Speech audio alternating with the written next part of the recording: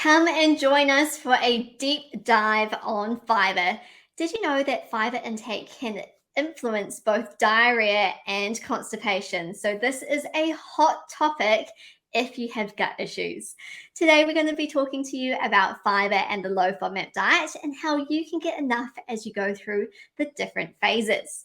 My name is Alana Scott. I am the founder of A Little Bit Yummy, and I will be your host today. And joining me is Lyndal Collins, research dietitian from the Monash FODMAP Team. Hello, Lyndal. Hi, Alana. Hi, everyone. It's great to be here. Thank you so much for joining us and for coming and sharing your knowledge with us today. So, the first question I have for you is, why is fiber so important? Oh, such an important question, but a pretty long answer, really. Fiber is important for many, many reasons and many, many functions in our body. But to start with, I guess, what fiber actually is, because some people might not know.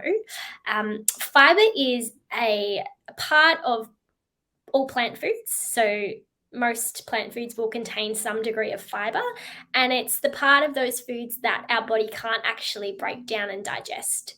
So it sort of passes through, if you like, but there's lots of things that happen with fiber in our gut. So it can be really, really important and key to managing our IBS symptoms.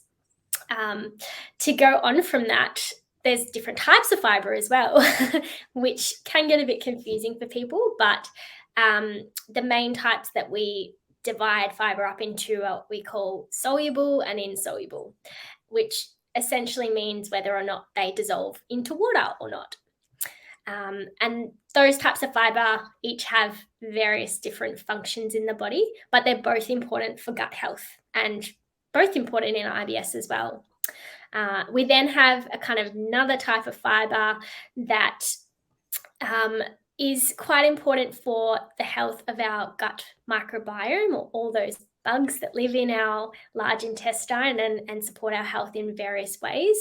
And these are the types of fiber that our gut microbiome can actually use and break down and ferment and produce all sorts of great byproducts that support our health, but also some other byproducts such as gas, which can be problematic in IBS as well. So it's a complicated world, fiber, but we're here to try and simplify it and give you those just key nuggets of information that you can take away and apply to your low FODMAP journey. So we know there are several types of fiber. We've got soluble, insoluble, and then these fermentable fiber sources. When you start the low FODMAP diet, obviously we're cutting out a huge range of foods that contain fermentable carbohydrates. So what sort of fiber sources are we losing during the first phase of the diet? Yeah, that's right, Alana. So because there are kind of a large number of foods that we often need to restrict during that first phase of the diet, that can mean that consequently our fiber intake decreases. And this can happen without us even realizing it. And the real key thing here is that we want to try and make sure during that first phase of the diet that we're not cutting out entire food groups. So, for example, for the grains and cereal food group, often, your wheat-based products are a key staple in the diet, and they're also one of those high FODMAP sources of oligosaccharides that we're going to want to reduce during that first phase of the diet. But it's a matter of not cutting out that entire food group just because wheat is in there and a majority of wheat-based products are in there. It's about finding a low FODMAP suitable alternative that you can actually just swap. And sometimes it's quite easy to do that without compromising our fiber intake. So, for example, it might be swapping your pasta for quinoa, which is a really good swap in terms of fiber content. Absolutely. So we're not deleting in this first phase of the low FODMAP diet. We're looking at how you can swap foods. So it might be swapping that apple for a medium-sized orange, which is still going to have some of those fiber sources, right? Exactly. So that swapping concept is key to try and minimize the amount of fiber that we might be inadvertently cutting from our diet by going low FODMAP. So this is where understanding your food, using the nutrition information that's available in the Monash app as well, to help support these decisions, and also the advice and support of your dietitian if you have access to one, is really key to educate you around those swaps and make sure that you're swapping for alternatives that sort of have equivalent amounts of fiber as what you normally would include in your diet. I've heard this like very scary statistic that like the majority of people actually don't eat enough fiber in their day, whether they're on a normal diet or whether they're on the low FODMAP diet. How much fiber do you actually need? Yeah, so the reality is most of us don't eat enough fiber to begin with. And then if we're adding low FODMAP on top of that, we might make the situation worse for ourselves. So most adults are going to need around 25 to 30 grams of fiber a day. For males, it is a little bit higher than that, even up to sort of 38 grams can be recommended. It depends on what country you live in, because the recommendations are a little bit different, but roughly around that 25 to 30 grams for most adults is what's considered optimal to keep your health and well-being on track. Makes sense. So if you're listening into this and being like, oh, I think my fiber intake's a little low, can you recommend a few low FODMAP foods that are high in fiber that we could be incorporating on a daily basis in our diet? Absolutely. So, as I mentioned earlier, it's your plant-based foods that are going to be the excellent fiber sources. So, trying to aim for including enough fruits and vegetables in your diet every day is going to really help with reaching that fiber target. Also, things like your seeds and nuts that are low FODMAP. So things like chia seeds, flax seeds, hemp seeds, all really great sources of fiber. And you don't need huge quantities of them in order to get a decent fiber dose as well. Your low FODMAP nuts as well. Nuts are another really great source of fiber. And then we can come into things like brands. So your traditional wheat bran, which people would associate with, eating if you had constipation to help with that. So your all bran is not going to be allowed on the low FODMAP phase of the diet because of the wheat and the fructans in there. But we do have low FODMAP alternatives like rice bran and oat bran that can be swapped in for those wheat bran kind of pellets, and they're a really good alternative to get that fiber boost in your diet as well. What about foods like rolled oats? Because you can still have half a cup of rolled oats on the first phase of the diet. Is this something that would be good to be thinking about having as a breakfast source, or maybe adding some to a low FODMAP smoothie or something like that? Yeah, absolutely. Oats are fantastic. And as you mentioned, there's a really good, generous low FODMAP serving size for them too. So, and on that note, sort of trying where you can to stick to whole grain options of low FODMAP foods. So this, for example, would be choosing brown rice over white rice and things like that, where you're just getting that little bit more fiber because they're less processed than otherwise you would have. So same with your millet or quinoa if you're experimenting with different grains to enjoy with your meals. Yes. And you can also get some really fun ready-made rice cups, which have a mixture of like quinoa and rice in them. So if you're needing something with like a quick grocery source, they're good, right? And they're also full of resistant starch, which I know we didn't mention before, but that's also something that our gut bacteria really enjoy having a bit of every now and then. Yes. And speaking of resistant starch, that is another, I guess, kind of category of fiber, but it does sort of fit in under that prebiotic and fermentable fiber. But the reason why it can be tolerated quite well by most people with IBS is because that fermentation is very slow. So we're only getting a little bit of gas being produced here and there across the intestine at a time, rather than this big amount of gas all at once, which is characteristic of your FODMAPs being they're very rapidly fermented. So we get lots of gas produced over a short period of time, which is much more likely to trigger symptoms. So your resistant starches are quite handy in the IBS world. And there's some really nifty ways of actually boosting resistant starch in some pretty common and low FODMAP foods. So a really good tip here is actually things like potato and rice. You can cook them and then cool them down in your fridge, and that process actually creates resistant starch, the cooking and cooling process.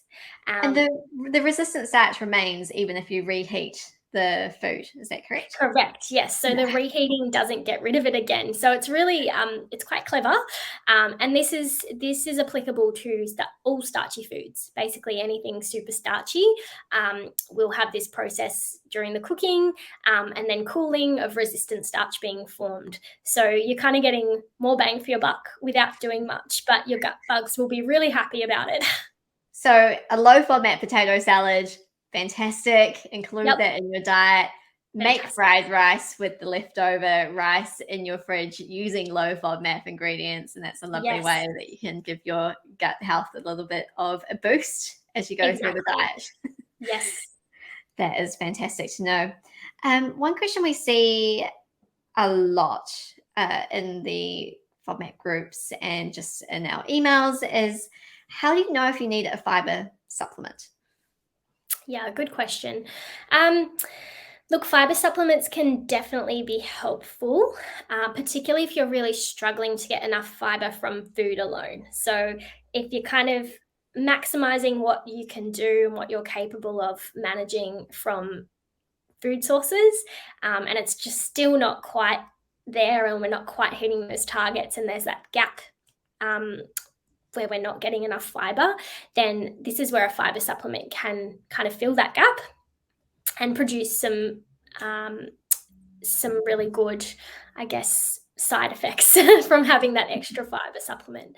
So there are many options available that are low FODMAP and suitable for IBS as well, which makes it quite an easy option in some ways too, to take a bit of stress out of doing the diet. For sure, because fiber supplements can work in different ways for both constipation and diarrhea. My understanding, please feel free to correct me with your expert knowledge here, is that we've got fiber supplements that can act as a bulking agent. So they can sort of come through, they can firm up that stool, they can give it a bit more volume, they can sort of help, in a sense, almost like glue everything back together so it moves through. So they can act in that way. And then we've also got, so that's more like your insoluble fiber types. And then you've got your soluble fibers that we touched on before. And so when you're thinking about fiber supplements, those are the ones that are going to create sort of like smoother stools. They bring a bit more liquid in and they help make stools that are easier to pass. Is my understanding of those correct? Yeah, basically, like fiber, there's a few different sort of types or ways in which the supplements work to have that kind of laxative effect, I guess. But you're right in that fiber is helpful in both cases of IBS-D, so diarrhea predominant symptoms, or constipation predominant symptoms. It can act as a bit of a buffer to help with either, depending on what you're experiencing. So it's definitely a bit of a minefield when you first start looking at fiber supplements, because there's so many types out there. And that's where something like the Monash FODMAP app is super, super helpful, because there is actually a supplements section in the app, or a category, where you can see a whole heap of fiber supplements that have been tested and certified by Monash's Low FODMAP. So you can be really confident in knowing that they're going to be suitable for you if you have IBS, and that they're also suitable for that low FODMAP phase of the diet if you are struggling to get enough fiber. It sounds like the Monash app is a fantastic resource here when trying to choose your fiber supplement. So if you're feeling confused, go and have a look at that. And then, of course, it's important to go and book a session with a FODMAP trained dietitian if you are struggling, because they'll be able to look at all the different pictures in terms of your lifestyle, your fiber intake, your food intake, and then make a recommendation that is going to suit your body. So Lyndal, thank you so much for joining us today. Is there any other thoughts you'd like to add to this session before we wrap up? My only other thought is around more information where you can find that. There is a lot of information in the blog on monashfodmap.com. If you search for fibre, you'll see lots and lots of previous articles around this topic that really delve more in depth into the different types of fibre, fibre supplements, key low FODMAP sources of fibre. So you can get a lot more information if fibre is something you want to explore in more detail from the Monash FODMAP blog. Fantastic. Definitely head on over to monashfodmap.com to check those out. We've also got some more fibre supplements, I think, on a too. So either way, you are going to be covered. And don't forget that you can support the amazing work that Monash FODMAP does by going and download the Monash University FODMAP Diet app from the Apple App Store or the Google Play Store. Just remember that the money you pay for this app goes straight back into FODMAP research. So not only are you helping yourself, but you're also helping your community. Lyndal, thank you so much for joining us today and sharing your knowledge. It's been an absolute pleasure listening to you. And I really hope that everyone listening in has found a few gems of information to take away with them. Thanks, Alana, and I hope it's been really helpful today. To everyone else, we look forward to seeing you in our next FODMAP chat session. So stay tuned and we hope you have a wonderful day. Bye, everyone. Bye.